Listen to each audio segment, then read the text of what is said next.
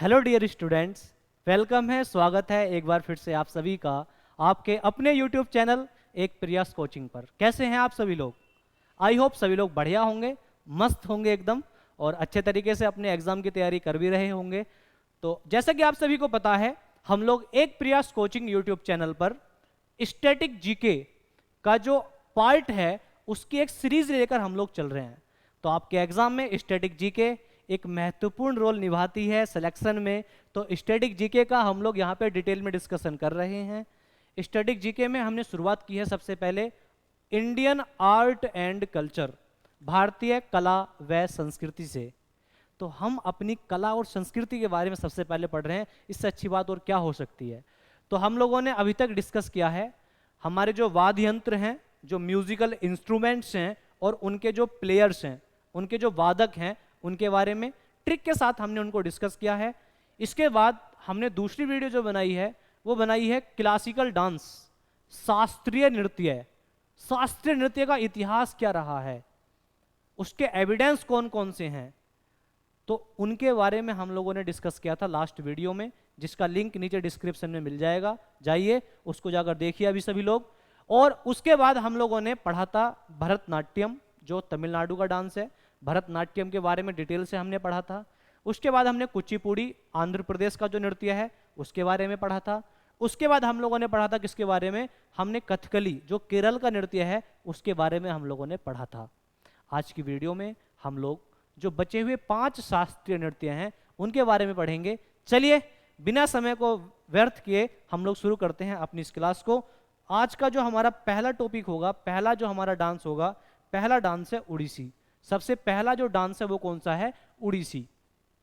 तो भैया इसके नाम में ही नाम छिपा हुआ है, ये कहाँ का होगा? तो उड़ीसी नृत्य जो है वो कहाँ का है? उड़ीसा का है। उड़ीसी नृत्य जो है ये कहाँ का है? उड़ीसा का है। कहाँ का है? उड़ीसा का है। इसका इतिहास कहाँ से पता चलता है? तो आप सभी को पता है हमारे देश के अंदर जो हमारा इतिहास है उसके अलग अलग स्रोत हैं। कहीं पहाड़ियाँ, कहीं गुफाएं, कहीं लिखे हुए दस्तावेज, कहीं स्तंभ। तो हमारे इतिहास के अलग अलग स्रोत हैं। ऐसे ही उड़ीसी नृत्य की अगर हम बात करते हैं, उड़ीसी नृत्य का भी एक स्रोत है उदयगिरी और खंडगिरी की गुफाएं। उदयगिरी और खंडगिरी की जो गुफाएं हैं भुवनेश्वर के पास ये आपकी स्थित हैं। तो इनका निर्माण जो करवाया था वो राजा खारवेल ने करवाया था। किसने करवाया था? राजा खारवेल ने। राजा खारवेल ने उदयगिरी और खंडगिरी की जो गुफाएं हैं उनका निर्माण करवाया, और उस पर नक्काशी के द्वारा जो उड़ीसी नृत्य है उसकी बड़ी अच्छी चित्रकला वहां पे दर्शाई गई। तो कहीं ना कहीं जो राजा खारवेल था, राजा खारवेल का भी संरक्षण प्राप्त था। किसको? उड़ीसी नृत्य को। तो आप लोगों से पूछा जाता है कि उड़ीसी नृत्य को किस राजा का संरक्षण प्राप्त था? तो वो राजा का नाम क्या था? राजा खारवेल। क्या नाम था? राजा खारवेल। राजा खारवेल ने इस डांस को रिजर्व किया है, संरक्षित किया है। बात क्लियर? अगर मैं बात करता हूं हमारे जो जो शास्त्रीय नृत्य हैं, जो क्लासिकल डांस हैं, उनका जो इतिहास है, सबसे पुराना इतिहास जो है या इनके जो एविडेंस हमें मिलते हैं वो कहां से मिलते हैं? नाट्य शास्त्र से। तो हमारे जो शास्त्रीय नृत्य हैं उनका जो पुराना एविडेंस है नाट्य शास्त्र। नाट्य शास्त्र में इसे कहा जाता है ओद्रा नृत्य। क्या बोलते हैं? ओद्रा नृत्य के रूप में इसका वर्णन किया गया है, और इसे ओरिली भी कहा जाता है। क्या कहा जाता है? ओरिली भी इसे कहा जाता है। तो साथ के साथ आप लोग नोट भी करते चलिए, ठीक है। तो यहाँ पे उड़ीसा से इसका संबंध है। और अगर मैं बात करता हूँ उड़ीसी नृत्य की, तो उड़ीसी नृत्य के सबसे पहले जो उदाहरण मिलते हैं, प्रारंभिक उदाहरण मिलते हैं, वो कहाँ से मिलते हैं? उदयगिरी और खंडगिरी की जो गुफाएं हैं वहां से इसके उदाहरण मिलते हैं। और इनका निर्माण करवाया था किसने? राजा खारवेल ने, किंग खारवेल ने। जो उदयगिरी खंडगिरी की जो गुफाएं हैं इनका जो निर्माण करवाया था वो किसने करवाया था? राजा खारवेल, किंग खारवेल ने करवाया था।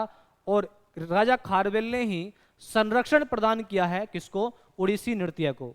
ठीक है, ये भी आपको पता होना चाहिए।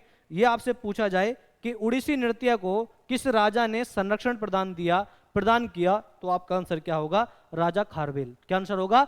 राजा खारवेल। नाट्य शास्त्र में इसका उल्लेख ओद्रा नृत्य, इसको ओद्रा नृत्य के रूप में जाना जाता है, और इसे ओरिली नृत्य भी कहा जाता है। इसे ओरिली डांस ओरिली नृत्य भी इसे कहा जाता है। बात क्लियर?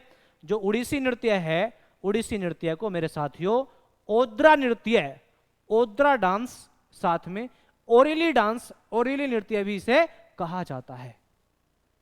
अगर मैं बात करता हूं इसका संबंध किससे है, यह है किसकी कथाओं को दर्शाता है, तो भगवान कृष्ण, जो भगवान कृष्ण हैं उनकी कथाओं को यह दर्शाता है, बाल्यकाल की कथाएं हैं उनको यह दर्शाता है। ठीक है जी। अगर मैं बात करता हूं मुद्रा व्यक्त करने में किसके समान है, मुद्रा व्यक्त करने में भरतनाट्यम के समान है। किसके समान है? भरतनाट्यम के समान है। और यह जो आधारित है, यह आधारित है किस पर? लास्य पर। किस पर? लास्य पर। मैंने आपको दो रूप बताए थे, दो फेज होती हैं हमारी जो क्लासिकल डांस है उसकी। एक तो होता है लास्य जो महिलाओं के द्वारा दर्शाया जाता है, एक होता है तांडव जो पुरुषों के द्वारा होता है। तांडव बहुत तेजी के साथ किया जाता है, भगवान शिव का तांडव आप लोगों ने देखा ही होगा। और लास्य महिलाओं के द्वारा धीरे धीरे नृत्य आपका दर्शाया जाता है। बात क्लियर? अगर मैं बात करता हूं इस नृत्य की, पूरा जो ये आपका डिपेंड है या पूरा जो ये आपका एक्सप्लेन करता है, वो एक्सप्लेन करता है किसको? लालित्य को और कामुकता को। लालित्य और कामुकता, इन दोनों को यह क्या करता है? एक्सप्लेन करता है, उसका वर्णन करता है। त्रिभंग मुद्रा का उपयोग किया जाता है। त्रिभंग मुद्रा, त्रिभंग मुद्रा क्या होती है? त्रिभंग मुद्रा का मतलब होता है हमारे जो घुटने हैं, हमारा धड़ और साथ में हमारी जो गर्दन है, हमारे नी, पेल्विक गिडल और साथ में जो हमारी नेक है, हमारी गर्दन है, इसके द्वारा एक विशेष प्रकार की मुद्रा बनाई जाती है। यहाँ पे आप देख रहे होंगे, यहाँ पे तो पैर, घुटनों के द्वारा, धड़ के द्वारा और साथ में गर्दन के द्वारा एक विशेष प्रकार की मुद्रा बनाई जाती है, जहाँ पे हमारा शरीर तीन जो अलग अलग दिशाएं हैं उनमें मुड़ा होता है, जिसे हम कहते हैं त्रिभंग मुद्रा। तो त्रिभंग मुद्रा का जो उपयोग है वो किस नृत्य में किया जाता है? तो आंसर बताएंगे उड़ीसी नृत्य। किसमें? उड़ीसी नृत्य में। तो त्रिभंग मुद्रा का उपयोग किया जाता है। शुरुआत इस नृत्य की होती है मंगल चरण से। मंगल चरण, मंगल चरण में क्या होता है?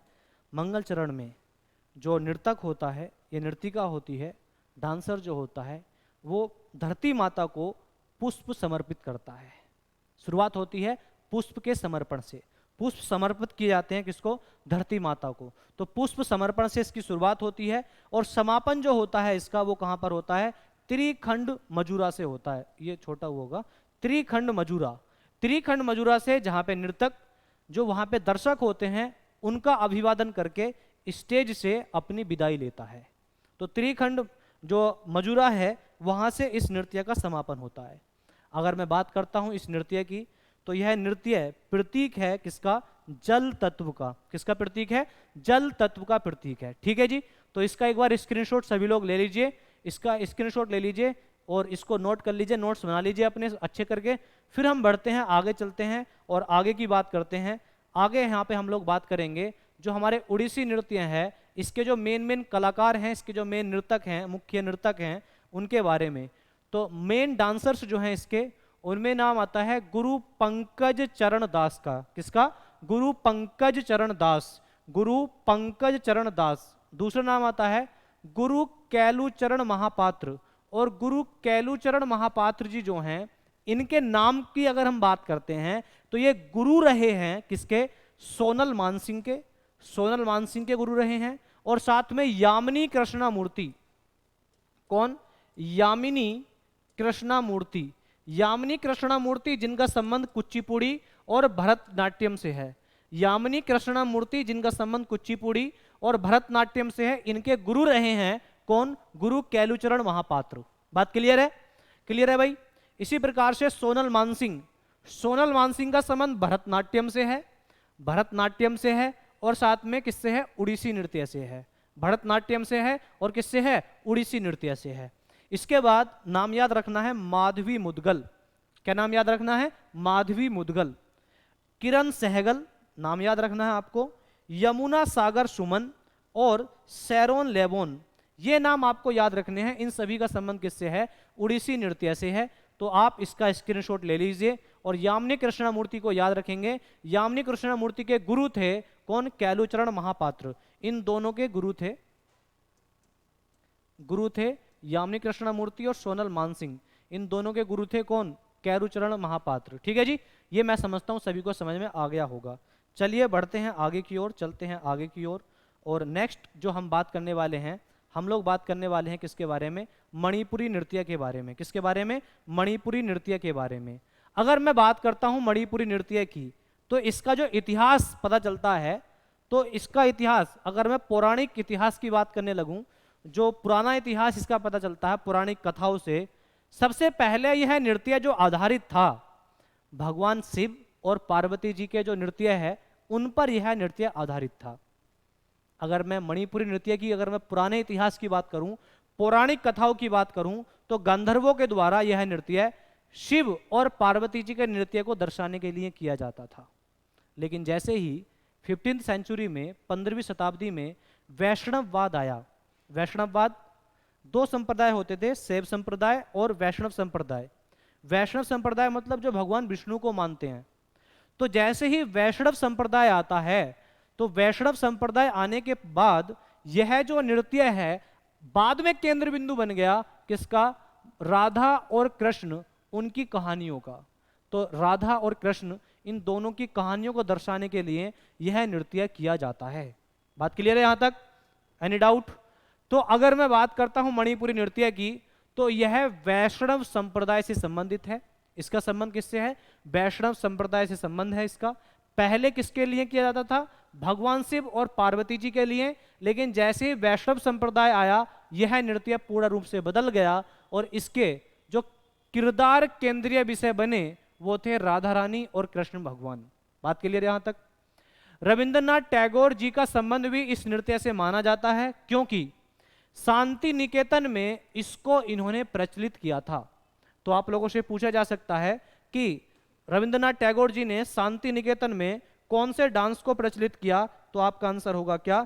आपका आंसर होगा मणिपुरी। क्या आंसर होगा? मणिपुरी। बात क्लियर यहां तक? Any doubt? क्लियर है? इसकी प्रमुख शैली, इसकी 3 प्रमुख शैली होती हैं, लाई हरोबा, संकीर्तन और रासलीला। ये इसकी 3 शैलियां हैं। लाई हरोबा, संकीर्तन, रासलीला, ये इसकी 3 शैलियां हैं। नृत्य, गाना गाना, वाद्यंत्र बजाना, तीनों एक ही व्यक्ति द्वारा किए जाते हैं, जिसे पुंग चोलेम कहा जाता है। क्या बोलते हैं उसको? पुंग चोलेम कहते हैं। मतलब एक ही इंसान होता है और एक ही इंसान गाना भी गाता है, नृत्य भी करता है, वाद्यंत्र भी बजाता है, उसको हम लोग कहते हैं पुंग चोलेम। तो आप लोग इसको एक बार नोट कर लीजिए, इसका स्क्रीनशॉट ले लीजिए। फिर आगे बढ़ते हैं और आगे की हम लोग बात करेंगे। आगे हम लोग बात करेंगे यहाँ पर इस नृत्य के बारे में। ये जो नृत्य है मणिपुरी नृत्य है, इसके जो मेन डांसर्स हैं उनके बारे में हम लोग बात करेंगे। तो इसके जो यहाँ पे भी, इसको छोड़ देना कथक को। अब इसके जो मुख्य कलाकार हैं मैं यहाँ पे लिख देता हूँ। इसके जो मुख्य कलाकार हैं, आपको एक नाम याद रखना है, झावेरी। झावेरी बहनें, झावेरी बहनें। कहीं पे आपको झावेरी लिखा मिल जाए, जैसे नयना झावेरी, अपर्णा झावेरी, ठीक है, स्वर्णा झावेरी, रंजना झावेरी, तो ये नाम आपको कहीं दिख जाते हैं। क्या क्या नाम याद रखना है? आपको याद रखना है नयना झावेरी, नयना झावेरी, नयना झावेरी। आपको याद रखना है स्वर्णा झावेरी, ठीक है। अगर कहीं पर आपको दिखाई दे जाता है क्या नाम? झावेरी। अगर कहीं पे आपको अंत में झावेरी लिखा दिख जाता है, तो सीधी सी बात है, आप याद रखिए उसका संबंध किससे होगा? मणिपुरी नृत्य से होगा। इसके साथ साथ इनकी 2 बहनें और हैं, जिसका नाम है रंजना, रंजना और सुदर्शन, सुदर्शना, ठीक है। तो इनका नाम आपको याद रखना है सुदर्शना झावेरी, ठीक है। इसके साथ साथ गुरु बिपिन सिंह, गुरु बिपिन सिंह, इसका संबंध भी किससे है? मणिपुरी नृत्य से है। गुरु बिपिन सिंह, इनका संबंध भी किससे है? मणिपुरी नृत्य से है। इसके साथ साथ गुरु अमली, गुरु अमली सिंह, गुरु अमली सिंह, इनका संबंध भी किससे है? तो गुरु अमली का संबंध भी किससे है? मणिपुरी नृत्य से है। किससे है? मणिपुरी नृत्य से है। ठीक है भाई, ये बातें आपको याद रखनी है। और यहाँ आपको नाम याद रखना है निर्मला मेहता। ठीक है, क्या नाम याद रखना है? निर्मला मेहता का नाम याद रखना है। ये सब नाम आपको याद रखने हैं। ठीक है, झाबेरी बहनें, झाबेरी बहनों में नयना झाबेरी, स्वर्णा झाबेरी, रंजना झाबेरी, सुदर्शना झाबेरी, गुरु बिपिन सिंह, गुरु अमली सिंह, और आपको नाम याद रखना है निर्मला मेहता। क्या नाम याद रखना है? निर्मला मेहता। ये नाम याद रखने हैं। इन सभी का जो संबंध है वो किससे है? मणिपुरी नृत्य से है। किससे है? मणिपुरी नृत्य से है। क्लियर है बात? आगे हम लोग बात करते हैं, आगे चलते हैं, और आगे हम लोग बात करने वाले हैं किसके बारे में? कथक के बारे में। तो कथक उत्तर प्रदेश का नृत्य है, मणिपुरी मणिपुर का था, कथक कहाँ का है? उत्तर प्रदेश का है। तो आगे हम लोग बात करने कथक के बारे में। तो कथक नृत्य जो है, इसका नाम कथिका से लिया गया है। कहाँ से लिया गया है? कथिका से। और कथक कहाँ का है? तो आप बताएंगे सर कथक नृत्य जो है कहाँ का है? उत्तर प्रदेश का है। कहाँ का है? उत्तर प्रदेश, यूपी का है। ठीक है, उत्तर प्रदेश यूपी का है। यह इसका जो नाम कथक है वो कहाँ से लिया गया है? कथिका से लिया गया है। और अगर मैं बात करता हूं, इसका जो मुख्य आकर्षण है वो है जुगलबंदी। जुगलबंदी में होता क्या है? कथक नृत्य में होता क्या है? जुगलबंदी होती है। जो तबला वादक होता है, तबला वादक, जो तबला प्लेयर होता है वो, और जो डांस कर रहा होता है वो, उन दोनों के बीच में जुगलबंदी होती है एक कहानी के तौर पर। तबला वादक कुछ बोलता है, फिर उसका जो नर्तक है, जो डांसर है, वो उसका आंसर देता है डांस करके। तो जुगलबंदी इसका प्रमुख केंद्र है, मुख्य आकर्षण है। और इसमें भी जो कहानी दर्शाई जाती है वो राधा रानी कृष्ण भगवान की कहानियां इसमें दर्शाई जाती हैं। राधा कृष्ण की कहानी पर आधारित होता है। इसमें जो स्टोरीज बताई जाती हैं वो किसकी बताई जाती हैं? इसमें भगवान कृष्ण और राधा रानी, इनकी कहानियां इसमें बताई जाती हैं। ठीक है, राधा कृष्ण की कहानियों पर आधारित होता है। आनंद से शुरू होता है। आनंद, जहां पर जो डांसर है वो स्वागत करता है दर्शकों का, अपने गुरु का अभिवादन करता है। और करमाल्य, यहां पे कर आएगा, ये किरमाल्य गलत लिखा हुआ है, क्रमाल्य पर ये खत्म होता है। किरमाल्य पे खत्म होने का मतलब जहां पे दर्शकों का अभिवादन करके आपका जो दर्शक है, जो नर्तक है, वो अपनी स्टेज से चला जाता है। बात क्लियर है? इसको नटवरी नृत्य भी कहा जाता है। इसे क्या कहा जाता है? नटवरी नृत्य भी कहा जाता है। और इसमें जो ड्रेस यूज होती है, ड्रेस इसकी सबसे मेन चीज है। ड्रेस सबसे ज्यादा पूछी जाती है। इसमें जो ड्रेस का उपयोग होता है वो फारसी, पर्शियन ड्रेस का यूज किया जाता है। फारसी वेशभूषा का उपयोग किया जाता है। फारसी, पर्शियन वेशभूषा का उपयोग इसमें किया जाता है। पर्शियन ड्रेस का इसमें उपयोग होता है। पर्शियन उपयोग, अनारकली, अनारकली आप लोग समझते हो, अनारकली पहनी जाती है। चूड़ीदार यहाँ पे जो पजामी है वो पहनी जाती है, और उसके ऊपर घुंघरू यहाँ पर बांधे जाते हैं। तो जिसको हम कहते हैं फारसी वेशभूषा।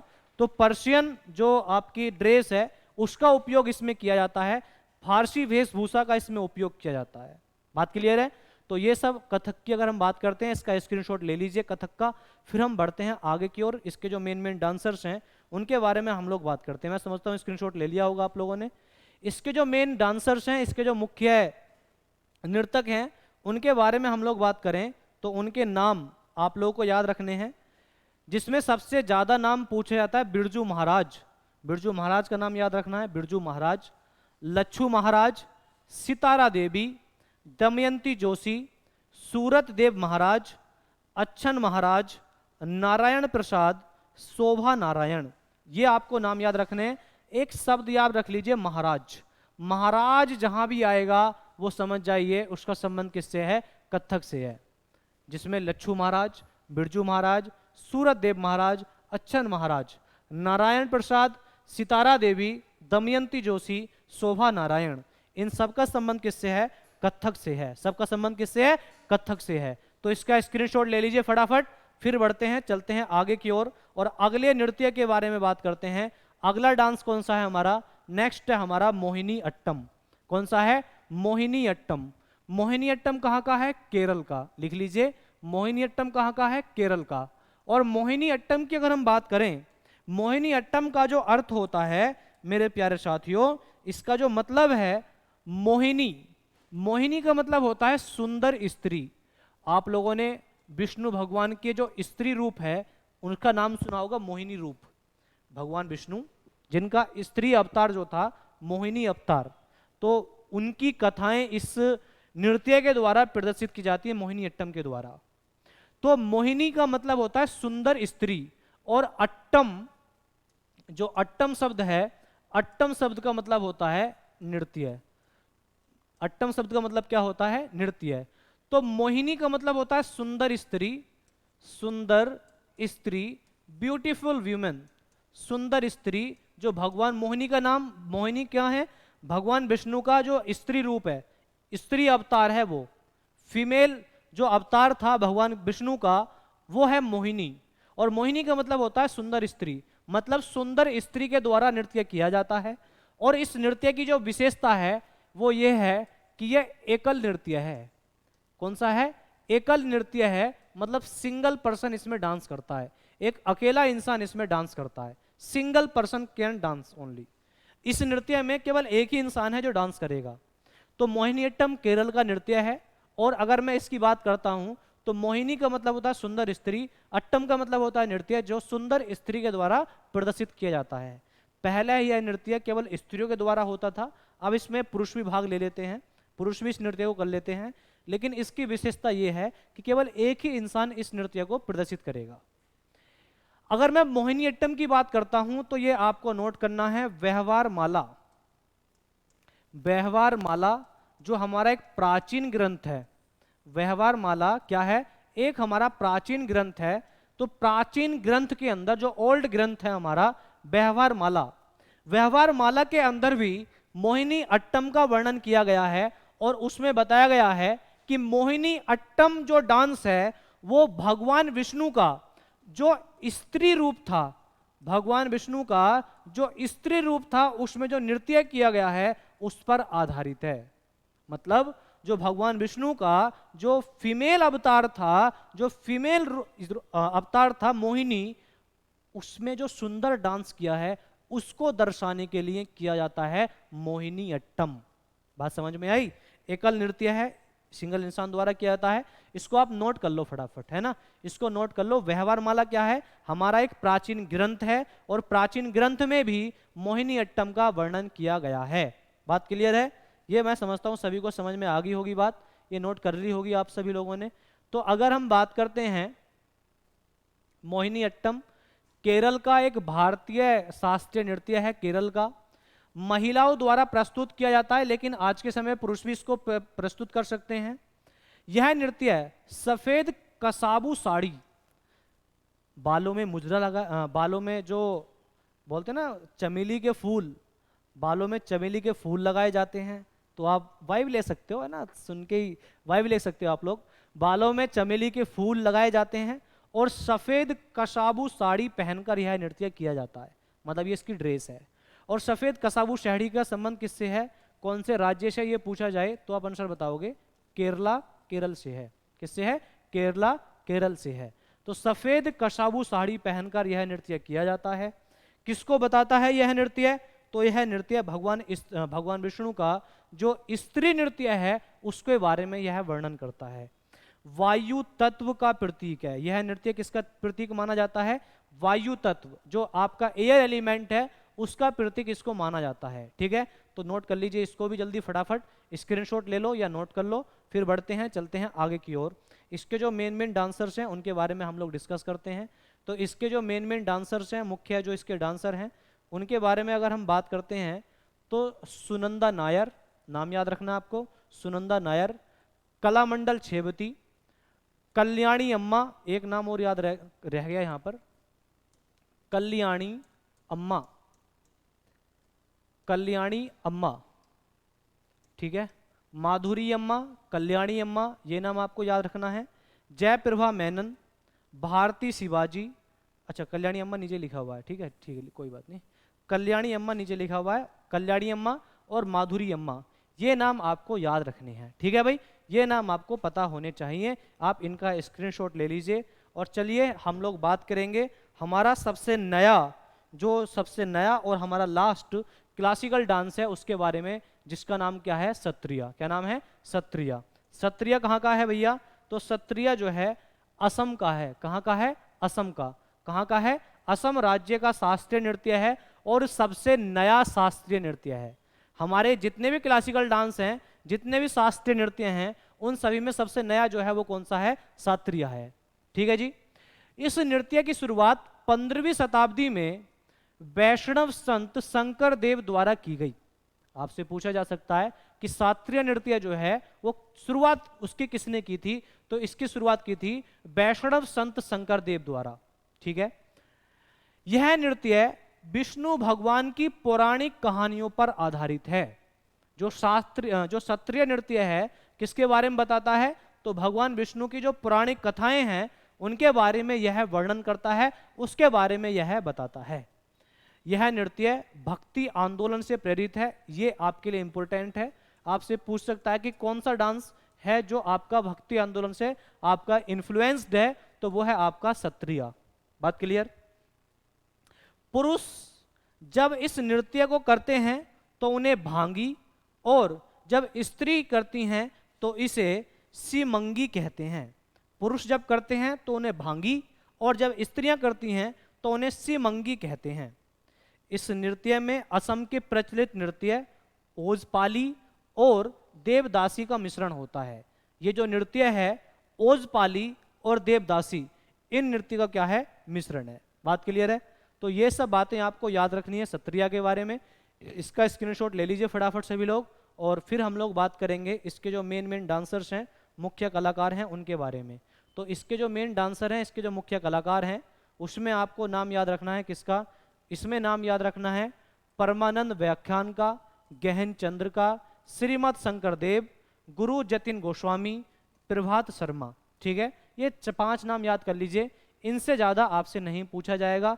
तो जितने भी क्लासिकल डांस हैं, जितने भी शास्त्रीय नृत्य हैं, उनको हमने डिटेल में पढ़ा है, डिटेल में जाना है उनको हम लोगों ने। आई होप आप सभी को यह वीडियो अच्छी लगी होगी। शास्त्रीय नृत्य जो हमारे 8 थे, भारतीय नाटक संगीत एकेडमी के अनुसार जितने हमारे शास्त्रीय नृत्य थे 8, उनका वर्णन हमने डिटेल में किया है। तो वीडियो पसंद आई होगी तो वीडियो को लाइक शेयर कर देना सभी लोग। कमेंट करके एक बार जरूर बताना क्लास कैसी लगी। आप लोगों से मुलाकात होगी अगली क्लास में, जहां पे हम लोग फोक डांसेस, लोक नृत्यों के बारे में हम लोग पढ़ेंगे, ऐसे ही डिटेल में। ऐसे नहीं कि ऊपर ऊपर पढ़ाऊंगा, नहीं, डिटेल में पढ़ाऊंगा फोक डांसेस के बारे में। चलिए आप लोगों से मुलाकात होगी अगली वीडियो में। तब तक इस वीडियो को आप देखिए, एंजॉय कीजिए, दोस्तों को शेयर कीजिए। ठीक है। चलिए, भारत माता की जय।